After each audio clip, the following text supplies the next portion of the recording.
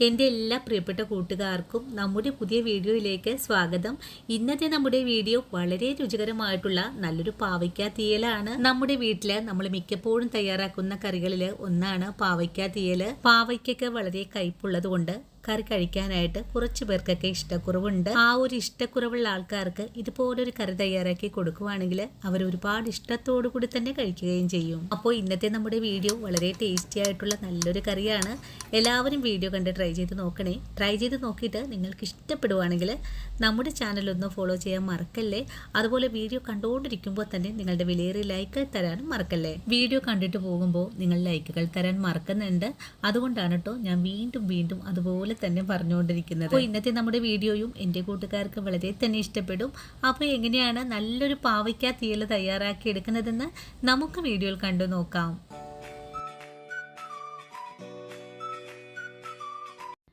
പാവയ്ക്ക തീയൽ തയ്യാറാക്കി എടുക്കുന്നതിനായിട്ട് 300 ഗ്രാം അളവിൽ പാവയ്ക്ക എടുത്ത് വെച്ചിട്ടുണ്ട്. ഇത് നാടൻ പാവയ്ക്കയാണ്. പാവയ്ക്കയുടെ കയ്പ് നന്നായിട്ട് മാറിക്കിട്ടുന്നതിനായിട്ട് അരി കഴുകി എടുത്തിട്ടുള്ള കാടി വെള്ളത്തിൽ നല്ലവണ്ണം ഒന്ന് മുക്കി വെച്ചിട്ടുള്ളതാണ്.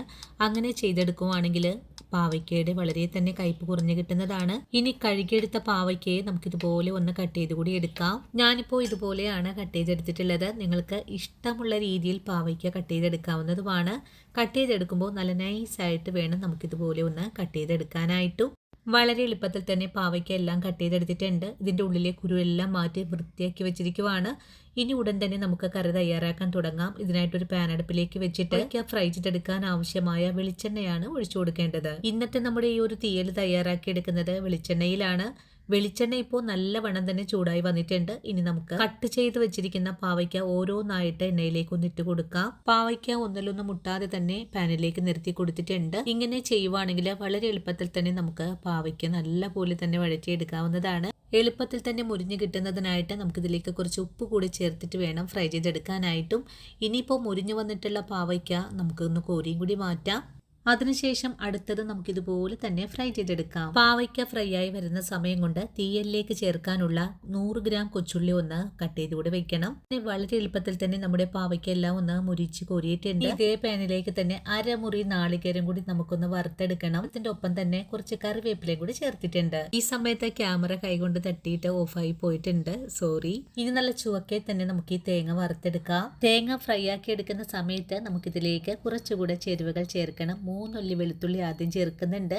വെളുത്തുള്ളി ചേർത്ത് നല്ലവണ്ണം ഒന്ന് ഇളക്കി യോജിപ്പിച്ചതിന് ശേഷം നമുക്കിതിലേക്ക് 3 അല്ലി കൊച്ചുള്ളി കട്ട് ചെയ്തിട്ട് കൂടി ചേർക്കുന്നുണ്ട്. കൊച്ചുള്ളിയും കൂടി ചേർത്ത് നല്ലതുപോലെ ഇളക്കി യോജിപ്പിച്ചതിന് ശേഷം വീണ്ടും ഇതിലേക്ക് ഒരു നുള്ളു നല്ല ജീരകം കൂടി ചേർക്കാം. നല്ല ജീരകം കൂടി ചേർത്ത് നല്ലതുപോലെ ഇളക്കി യോജിപ്പിച്ചതിന് ശേഷം നമുക്കിതിലേക്ക് ഒരു നുള്ളു കുരുമുളക് കൂടെ ചേർത്ത് കൊടുക്കണം. കുരുമുളക് കൂടി ചേർത്ത് നല്ല മുരിഞ്ഞു വരുന്ന പാകം വരെയും നമുക്കൊന്ന് ഫ്രൈ ചെയ്തെടുക്കാം. തേങ്ങ നല്ലവണ്ണം മുരിഞ്ഞു തുടങ്ങിയാൽ 2 സ്പൂൺ അളവില് മല്ലിപ്പൊടിയും 1/4 ടീസ്പൂൺ മഞ്ഞൾപ്പൊടിയും 1 സ്പൂൺ അളവില് മുളക് പൊടിയും നമുക്ക് ചേർക്കണം.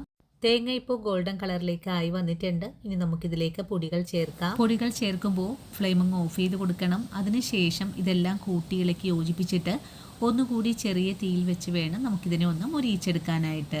ഇപ്പോൾ നല്ലവണ്ണം ചൂടാറി വന്നിട്ടുണ്ട്. ഇനി ഫ്ലെയിം ഓഫ് ചെയ്ത് കൊടുക്കാം. അതിനുശേഷം നമുക്ക് ചൂടാറി വരുമ്പോൾ ഒരു മിക്സിയുടെ ജാറിലിട്ട് ഒന്ന് അരച്ചുകൂടി വെക്കണം. കറി തയ്യാറാക്കാൻ തുടങ്ങാം. ഇതിനായിട്ടൊരു ഓട്ടുരുളിയാണ് അടുപ്പിലേക്ക് വെച്ചിട്ടുള്ളത്. ഉരുളി നല്ലവണ്ണം ചൂടായി കഴിഞ്ഞാൽ നമുക്കിതിലേക്ക് 1 സ്പൂൺ അളവിൽ വെളിച്ചെണ്ണ കൂടെ ഒഴിച്ചു കൊടുക്കണം. വെളിച്ചെണ്ണ ഇപ്പോൾ നല്ലവണ്ണം ചൂടായി വന്നിട്ടുണ്ട്. ഇനി ഇതിലേക്ക് 1/2 സ്പൂൺ അളവിൽ കടുക് ചേർക്കാം. കടുക് ചേർത്ത് നല്ലവണ്ണം ഒന്ന് പൊട്ടിക്കഴിഞ്ഞാൽ പിന്നെ നമുക്കിതിലേക്ക് ഒരു നുള്ളു ഉലുവ കൂടെ ചേർത്ത് കൊടുക്കണം. ഉലുവയും ഒന്ന് പൊട്ടിക്കഴിഞ്ഞാൽ പിന്നെ നമുക്കിതിലേക്ക് കട്ട് ചെയ്ത് വെച്ചിട്ടുള്ള കൊച്ചുള്ളിയാണ് ചേർത്ത് കൊടുക്കേണ്ടത്. ഇനി കൊച്ചുള്ളി നല്ലവണ്ണം ഒന്ന് വാടി വരട്ടെ. അതുവരെയും നമുക്കൊന്ന് വഴറ്റിയെടുക്കാം. വളരെ എളുപ്പത്തിൽ തന്നെ കൊച്ചുള്ളി ഒന്ന് വാടി വന്നിട്ടുണ്ട്. ഈ ഒരു സമയത്ത് നമുക്കിതിലേക്ക് ഒരു വറ്റൽമുളക് കൂടെ ചേർക്കാം. വറ്റൽമുളക് കൂടി ചേർത്ത് ഒന്ന് വഴറ്റിയതിന് ശേഷം നമുക്കിതിലേക്ക് ഒരു 3 പച്ചമുളക് കട്ട് ചെയ്തത് കൂടി ചേർക്കണം. ഇനി പച്ചമുളകും ചേർത്ത് ഒന്നുകൂടെ വഴറ്റി കഴിഞ്ഞാൽ നമുക്കിതിലേക്ക് കുറച്ച് കറിവേപ്പില ചേർക്കാം. കറിവേപ്പിലയും കൂടി ചേർത്ത് ഒന്നുകൂടെ വഴറ്റിയതിന് ശേഷം നമുക്കിതിലേക്ക് 1/4 ടീസ്പൂൺ അളവിൽ കാശ്മീരി മുളക് പൊടിയും കൂടി ചേർത്ത് കൊടുത്തിട്ട് ഒന്നുകൂടെ വഴറ്റിയെടുക്കാം. മുളക് പൊടിയുടെ പച്ചമണമൊക്കെ ഒന്ന് മാറി വരുമ്പോൾ നമുക്കിതിലേക്ക് ഒരു നുള്ളു മഞ്ഞൾപ്പൊടി കൂടി ചേർത്തിട്ട് ഒന്നുകൂടെ വഴറ്റിയെടുക്കാം. മഞ്ഞൾപ്പൊടിയുടെയും പച്ചമണമൊന്നും മാറി വരുമ്പോൾ നമുക്കിതിലേക്ക് ഫ്രൈ ചെയ്ത് വെച്ചിട്ടുള്ള അരപ്പ് കൂടി ചേർത്ത് കൊടുക്കണം. അരപ്പും ചേർത്ത് കൊടുത്തിട്ട് ഒന്നുകൂടി ഇളക്കി യോജിപ്പിച്ചതിന് ശേഷം നമുക്കിതിലേക്ക് പുളിവെള്ളം ചേർക്കാം. ഞാനൊരു നെല്ലിക്ക വലിപ്പത്തിൽ വാളംപുളി നേരത്തെ തന്നെ കുറച്ച് വെള്ളത്തിലിട്ട് വെച്ചിരിക്കുവാണ്. ഇനി നമുക്കിതിനെ നല്ലതുപോലെ പിഴിഞ്ഞെടുത്തിട്ട് ഇതിലേക്കൊന്ന് ഒഴിച്ചു കൊടുക്കാം. പുളിവെള്ളവും കൂടി ഒഴിച്ചു കൊടുത്ത് നല്ലതുപോലെ ഇളക്കി യോജിപ്പിച്ചതിന് ശേഷം നമുക്കിതിലേക്ക് മിക്സിയുടെ ജാറ് കഴുകിയിട്ട് 1/2 കപ്പ് വെള്ളവും കൂടെ ഒഴിച്ചു കൊടുക്കാം. ഇനി വെള്ളവും കൂടി ചേർത്തിട്ട് നല്ലതുപോലെ ഇളക്കി യോജിപ്പിച്ചതിന് ശേഷം ഇതൊന്ന് തിളച്ച് വരാനായിട്ട് നമുക്കൊന്ന് വെയിറ്റ് ചെയ്യാം. ആ സമയത്ത് കറിക്ക് ആവശ്യമായ കുറച്ചുകൂടെ ഉപ്പ് ചേർക്കണം. ഉപ്പും ചേർത്ത് കഴിഞ്ഞാൽ പിന്നെ നമുക്കിതിലേക്ക് കറിയുടെ ഉപ്പും പുളിയൊക്കെ ഒന്ന് ബാലൻസ് ആകാനും വേണ്ടിയിട്ട് ഒരു നുള്ളു ശർക്കര ചേർക്കാം. കൂടെ തന്നെ നല്ലൊരു മണമൊക്കെ കിട്ടുന്നതിനായിട്ട് ഒരു നുള്ളു കായപ്പൊടി കൂടെ ചേർത്ത് കൊടുക്കണം. ഇനി ഇതെല്ലാം കൂട്ടിച്ചേർത്ത് ഒന്നുകൂടി ഇളക്കി യോജിപ്പിച്ചിട്ടുണ്ട്. അതിനുശേഷം നമുക്കിതിലേക്ക് നമ്മൾ നേരത്തെ തന്നെ ഫ്രൈ ചെയ്ത് മാറ്റിയിട്ടുള്ള പാവയ്ക്കയാണ് ചേർക്കേണ്ടത്. കറിയിലേക്ക് എല്ലാ പാവയ്ക്കയും ചേർത്ത് കൊടുത്തിട്ടുണ്ട്. അതിനുശേഷം കറി നല്ല പോലെ തന്നെ വെട്ടി തിളച്ചുകൊണ്ടിരിക്കുവാണ്. ഇനി നമുക്ക് ഒന്നുകൂടി ഇളക്കി യോജിപ്പിച്ചതിന് ശേഷം ഫ്ലെയിമിങ് സിമ്മിലേക്ക് വെച്ച് കൊടുക്കാം. അതിനുശേഷം കറി ഒന്ന് മൂടിയും കൂടെ വെച്ച് കൊടുക്കണം. ഒരു 2 മിനിറ്റ് നേരം ചെറിയ തീയിൽ മൂടി വെച്ച കറിയെ ഒന്ന് തുറന്ന് നോക്കുവാണ്. ഇപ്പോൾ നമ്മുടെ കറിയിലെ എണ്ണമയൊക്കെ തെളിഞ്ഞ് നല്ല പാകമായിട്ട് തന്നെയാണ് നമുക്കിവിടെ കിട്ടിയിട്ടുള്ളത്. അപ്പോൾ നമ്മുടെ വളരെ ടേസ്റ്റി ആയിട്ടുള്ള നല്ലൊരു പാവയ്ക്ക തീയൽ ഇവിടെ തയ്യാറായിട്ടുണ്ട്.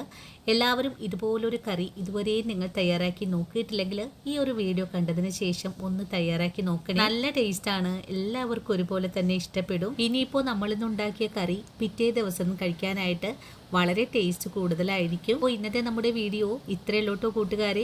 ഈ ഒരു വീഡിയോയും കണ്ടിട്ട് എൻ്റെ കൂട്ടുകാരൊന്ന് ട്രൈ ചെയ്ത് നോക്കണം. ട്രൈ ചെയ്ത് നോക്കിയിട്ട് നിങ്ങൾക്ക് ഇഷ്ടപ്പെടുവാണെങ്കിൽ നമ്മുടെ ചാനലൊന്ന് ഫോളോ ചെയ്യാൻ മറക്കല്ലേ. അതുപോലെ നിങ്ങളുടെ അഭിപ്രായങ്ങളെല്ലാം കമൻസ് ആയിട്ട് അറിയിക്കാനും മറക്കരുത്. നിങ്ങൾ എനിക്ക് തരുന്ന സപ്പോർട്ട് ഉള്ളത് കൊണ്ട് മാത്രമാണ് നമ്മുടെ ചാനൽ മുന്നോട്ട് പോകുന്നത്. ഇനിയും നിങ്ങൾക്ക് വേണ്ടിയിട്ട് പ്രയോജനകരമായിട്ടുള്ള നല്ല നല്ല വീഡിയോസൊക്കെ ആയിട്ട് ഞാൻ നാളെ ഓടിയെത്തുന്നതാണ്. അതുവരെയും വീഡിയോ കണ്ട് സപ്പോർട്ട് ചെയ്ത എൻ്റെ എല്ലാ കൂട്ടുകാരോടും ഇനിയും കാണാനിരിക്കുന്ന എൻ്റെ പ്രിയ കൂട്ടുകാരോടും ഒത്തിരി നന്ദി സ്നേഹമൊക്കെ അറിയിച്ചുകൊണ്ട് നാളെ രാവിലെ ഓടിയെത്താം. അതുവരെയും ഒത്തിരി സ്നേഹത്തോടെ വീണ്ടും കാണാം.